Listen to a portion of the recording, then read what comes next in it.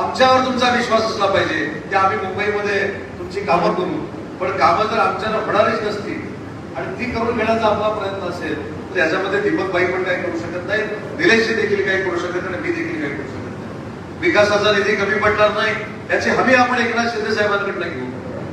नगर विकासाला पैसे कमी पडणार नाही याची हमी आपण एकनाथ शिंदे साहेबांकडनं घेऊ. जिल्हा परिषदेला पैसे कमी पडणार नाही याची हमी आपण देवेंद्र फडणवीस साहेबांकडनं घेऊ किंवा जयकुमार गोरे साहेबांकडनं घेऊ. पण हे सगळं करत असताना आपली दखल घेण्याएवढी संघटना प्रत्येक गावामध्ये असणं आवश्यक आहे आणि ती दखल घेणारी संघटना म्हणजे प्रत्येक बूथवर आपण 51% जास्त असलं पाहिजे. आता अनेकांच्या मनामध्ये शंका येऊ शकतात, हा भाषण करतोय तुझं काय? मी अभिमानानं सांगतो की माझ्याकडे जेवढे बूथ आहेत त्याच्यावर 20-20 शिवदूत देखील आहे. म्हणून मी मतदारसंघामध्ये असलो काय किंवा नसलो काय, आपल्या पक्षाचा आणि माझ्या प्रशासनाचा गाडा हा शिवसेनाच त्या ठिकाणी ओढत असते. त्याच्यामुळे मला महाराष्ट्रामध्ये फिरायला चांगल्या पद्धतीने वाव मिळतो. पण हे देखील लक्षात घ्या की महाराष्ट्रात कुठेही जरी फिरत असलो तरी शनिवार आणि रविवार किंवा शनिवार रविवार सोमवार मी रत्नागिरी जिल्ह्यामध्ये असतो आणि त्यातले 2 दिवस माझ्या मतदारसंघामध्ये असतो. त्याच्यामुळे आम्ही जर हे करत असू तर आपण सगळ्यांनी हे केलं पाहिजे. आज माझ्याकडे मोबाईलमध्ये एक माहिती अशी आहे, आपण आपल्या नेत्याचं नाव घेतो, आपण नेत्याला अपेक्षित आहे असं काम करणार म्हणून सांगतो. मी 4 दिवसाचा फक्त कार्यक्रम साहेबांचा सांगतो, 4 दिवसाचा. मागच्या 4 दिवसामध्ये ते 4 दिवसा अगोदर एकनाथ शिंदे साहेब 3:30 वाजता घरी आले, त्याच्यानंतर 3 वाजता घरी आले. परवा 20 त्यांच्यासोबत होतो, 3:45 वाजता ते घरी गेले आणि काल मला मेसेज आला साहेब 3:15 वाजता घरी होते.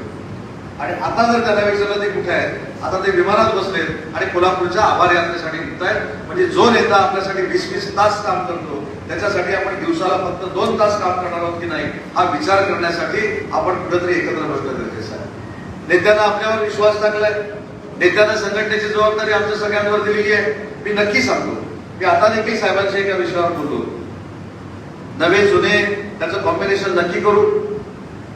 पण जसे काही अधिकारी 15-20 वर्ष एकाच पदावर बसून राहतात आणि तिथं वहिवाट लावतात, अशी वहिवाट जर कोणी लावली असेल आणि तो जर काम करत असेल तर त्यानं स्वतःहून माझ्याकडे काही पत्र आणून द्यावी, मला आणि आमच्या नेते मंडळींना निर्णय घ्यायला भाग पाडू नये.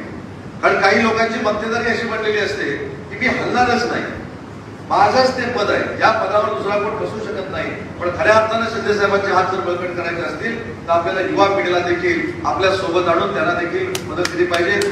महिला भगिनींना देखील आपण सक्रिय केलं पाहिजे. युवती सेना देखील आहे ती देखील आपण सक्रिय केली पाहिजे.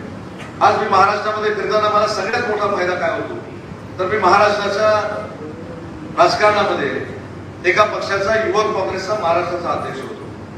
त्याच्या मला गडचिरोली माहिती आहे, चंद्रपूर माहिती आहे, खानदेश माहिती आहे, विदर्भ माहिती आहे. पण विदर्भ नुसता माहिती असून उपयोग नाही, तिथला कार्यकर्ता देखील माहिती असणं गरजेचं आहे.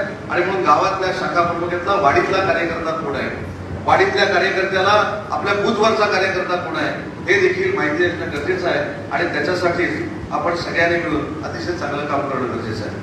आज आपण संघटना वाढवत असताना सभासद नोंदणीकडे प्रामुख्याने लक्ष दिलं पाहिजे. सभासद नोंदणी प्रत्येक मतदारसंघामध्ये हजारोंच्या संख्येने झाली पाहिजे.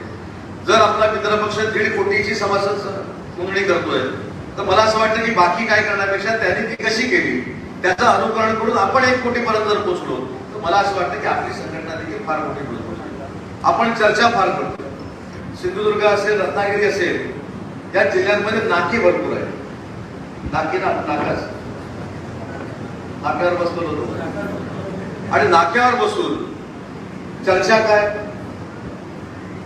निलेश राणे आणि उदय सामंत यांच्यामध्ये दीपकबाई का बसले होते, ते दोघे एकत्रच का बसले नाही, दत्ता सामंत कसं का मांडले, मग बोर्डाचं बिल जे झालं तसं का मांडलं.